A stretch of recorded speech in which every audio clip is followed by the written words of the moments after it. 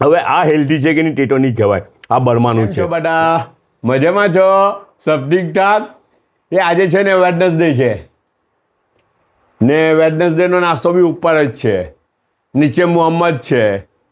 સવારે મોહમ્મદ ઉતર્યો એટલે હવે એ બપોર સુધી રહે, બપોર પછી મારે ઉતરવાનું શોપમાં, હે ને આ તો તમે આ જોયું પેલું કચાલું ફૂફુ કચાલું કંઈ બનાવી રહેલા છે, પટેલિયાની ગાંઠ એને બટાકાની જેમ વાપર છે.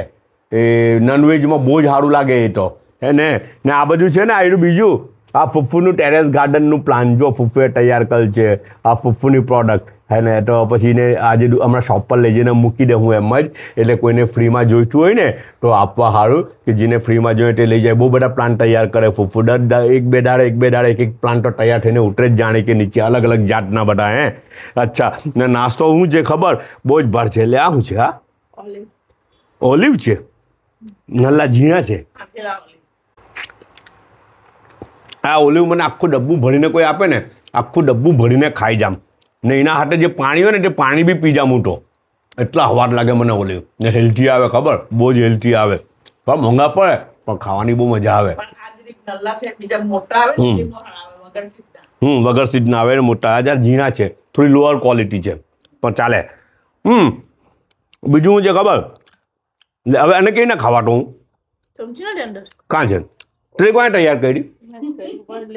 જો મારા મેડમે ટ્રે તૈયાર કરી ને જો હા આ બગડું બનાવેલું છે, બગડું દૂધમાંથી, દૂધનું પેલું આપણે દૂધ એ લોકો ઘી કાઢે ને, આપણે જૂનાઓને તો ખબર, આપણને બધાને, નવી જનરેશનને નહીં ખબર. દૂધમાંથી રોજ મલાઈ બચે, કેટલી બધી મલાઈ બચે તો રોજ ભેગી કરે ને પછી 20-25 દાડે એક વખત એમાંથી મલાઈ બનાવે ને મલાઈ બનીને પછી હે મલાઈમાંથી ઘી બનાવે. હા મલાઈમાંથી ઘી બનાવે ઘીના નીચે બગડું આવે ને તેમાંથી જે બચેલું હોય ને એનું વેસ્ટ, પણ વેસ્ટ એટલે કે વેસ્ટ નહીં હોય, તે બહુ જ ગજબનું હોય, બધું પ્રોટીન એમાં હોય બહુ બધું.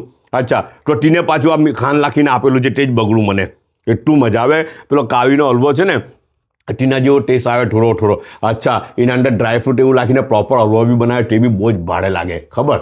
તો આ બગડું સ્વીટ ડિશ તરીકે આવેલું છે ને એકથી ચડિયાતું હેલ્ધી ફૂડ છે.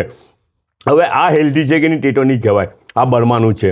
રાતના આપણે જોયેલું ને ચાઝા બનાવેલા ઉટા, પેલા એના શું કે રાઈસ વર્મી સેલીથી બનાવેલા ઉટા, એક તો ખાવસે આવે, તે બી નૂડલ્સ આવે, મોહિંગામાં બી નૂડલ્સ આવે, આ ચાઝા છે એમાં બી નૂડલ્સ આવે, ત્રણમાં અલગ અલગ જાતની નૂડલ્સ આવે.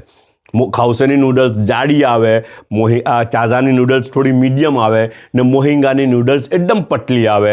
મોહિંગામાં ફિશ બી લાખેલી આવે, મચ્છી લાખે અંદર, ને આમાં ચિકન લાખેલી આવે ને કોઈ ચિકન નહીં લાખવું હોય ને એમ જ વેજ બી ખાવું હોય તો બી ચાલે, હે ને.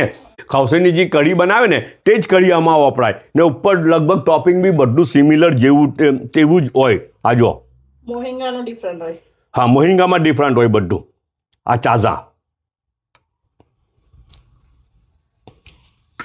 પણ હપલી બહુ જાય, હે સ્પૂન પરથી બહુ હપલે એ રૂએ.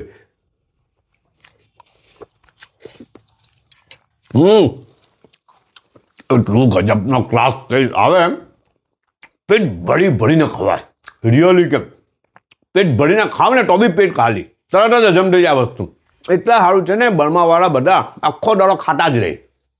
એટલે પેલું અનાજ બહુ નહીં ખાય, આપણે અનાજ બહુ ખાય ને, રોટલી બહુ ખાય, ખીચડી બહુ ખાય, રાઈસ બહુ ખાય, ચાવલ બહુ ખાય, ભાત બહુ ખાય, એટલે તે બધું ખાય પણ બહુ ઓછું ખાય, એમ જરાક ખાય.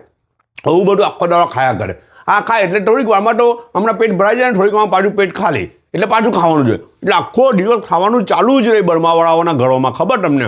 બર્મામાં બી એ જ ટ્રેડિશન છે, આખો દાડો ખાતા જ રહે, બધા ચાલતા ફરતા ખાતા રહે, હે ને. અચ્છા, ને ચાઇના છે ને 2 કપ આવેલા છે. આયરો કપ મારા મેડમનો છે ને મેડમજી હેરકટ કરી રહેલા છે ને મેડમજી જ આની ચમ્મચ બી ત્યાંથી લઈને આવ્યા પેલા ડાઇનિંગ ટેબલ પરથી. આ લાઉન્જમાં ડાઇનિંગ ટેબલ બી છે ને આ ચાઈનો કપ મારો જે ઢાંકેલો છે, મને ગરમ ચાય જોઈએ એટલા સારું, હે ને. તો બધા પોતાનો ખ્યાલ રાખજો, પાછા મળું ઇન્શાલ્લાહ.